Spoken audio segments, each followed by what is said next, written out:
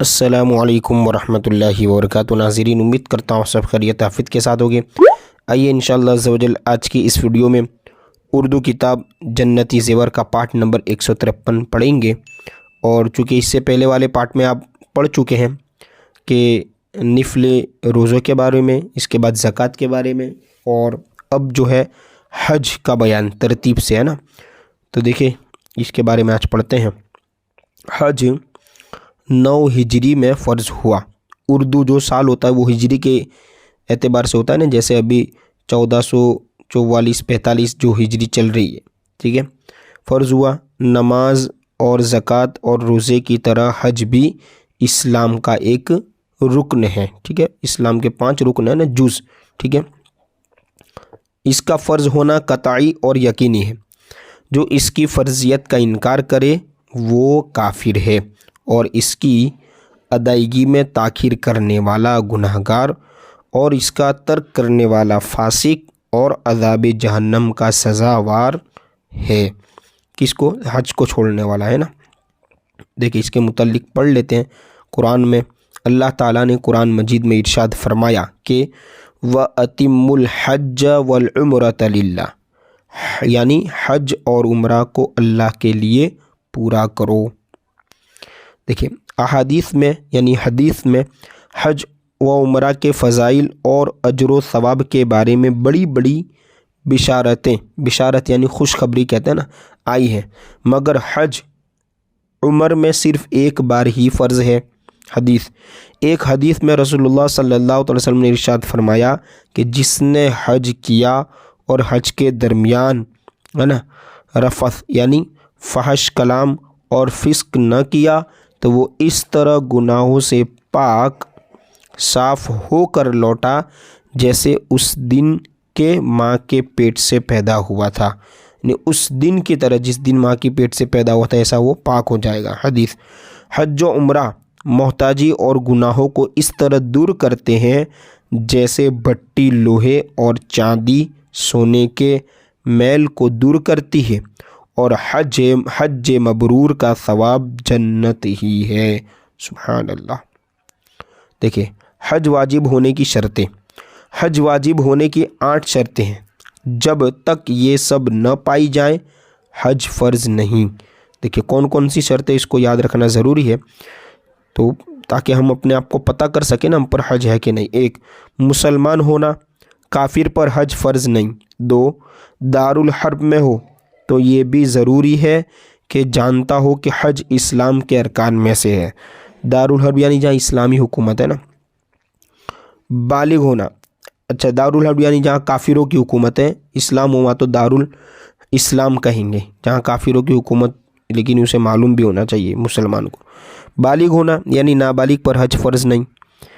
आकिल होना, लिहाजा मजनून पर हज फ़र्ज़ नहीं, जो पागल है, अकल वाला होना चाहिए, आकिल होना, ठीक है। आज़ाद होना यानी लौंडी गुलाम पर हज फ़र्ज़ नहीं। तंदुरुस्त होना कि हज को जा सके, इसके आज़ा सलामत हो यानी जो उज़्व है शरीर के अंग, ठीक है।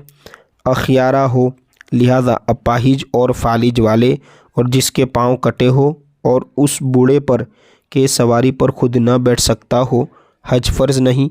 यूं ही अंधे पर भी हज फ़र्ज़ नहीं, अगरचे पकड़ कर ले चलने वाला उसे मिले। देखिए इन सब पर भी ये ज़रूरी नहीं कि किसी को भेजकर अपनी तरफ से हज करा दें। सफ़र खर्च का मालिक यानी जो खर्च करने का, है ना, जो सफ़र है वो खर्च का जो मालिक होना, और सवारी की कुदरत होना चाहिए। सवारी का मालिक हो या उसके पास इतना माल हो कि सवारी किराए पर ले सके। यानी जो खर्च का सफ़र है, जो खर्चा करना है, वो सफ़र करने का जो खर्च है वो होना चाहिए। हज का वक्त यानी हज के महीनों में तमाम शराइत पाए जाएं। ये जो तमाम शराइत बयान किए वो हज के महीने में यानी ज़ुल्हिज्जा में, ठीक है। अब देखिए वजूब अदा के शराइत, यानी अब इसको अदा करने की जो वजूबियत है वो उसके जो शराइत है क्या है। यहाँ तक तो वजूब के शराइत का बयान है, यानी जो बयान हुए ना 8। अब शराइत अदा का बयान होता है कि ये शर्तें अगर पाई जाए तो ख़ुद हज को जाना ज़रूरी है। अगर ये सब शर्तें न पाई जाए तो ख़ुद हज को जाना ज़रूरी नहीं बल्कि दूसरे से हज करा सकता है, या वसीयत कर जाए, मगर इसमें ये भी ज़रूर है कि हज कराने के बाद आखिर उम्र तक ख़ुद कादिर न हो, वरना खुद भी हज करना ज़रूरी होगा।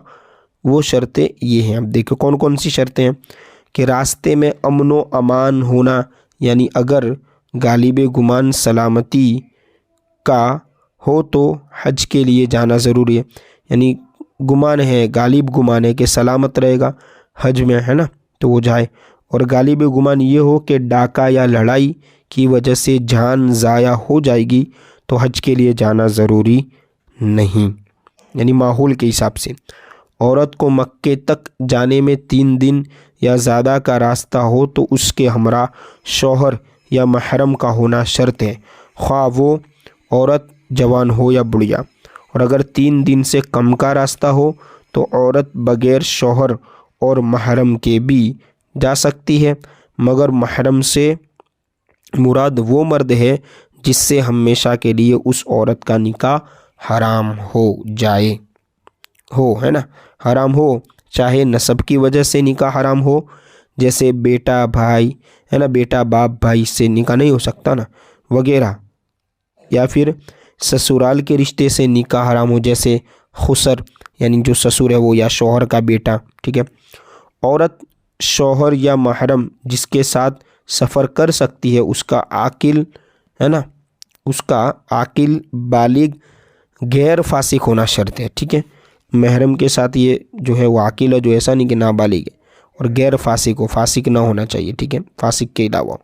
हज को जाने के ज़माने में औरत इद्दत में न हो, चाहे वफ़ात की इद्दत हो या तलाक़ की, यानी ये जो इद्दत होती है ना, मरना, शौहर मर जाता है और औरत को जाना है महरम के साथ, तो ये तलाक़ की इद्दत और जो है वफ़ात, शौहर के मरने के बाद जो इद्दत, जो मतलब कोने में बैठे जाते हैं एक इद्दत गुजारने के लिए, वो नहीं होना चाहिए, ठीक है। इसी तरह क़ैद में ना हो तब भी वो हज उस पर ज़रूरी नहीं है, कैद से रिहा हो जाए इसके बाद ज़रूरी है, ठीक है।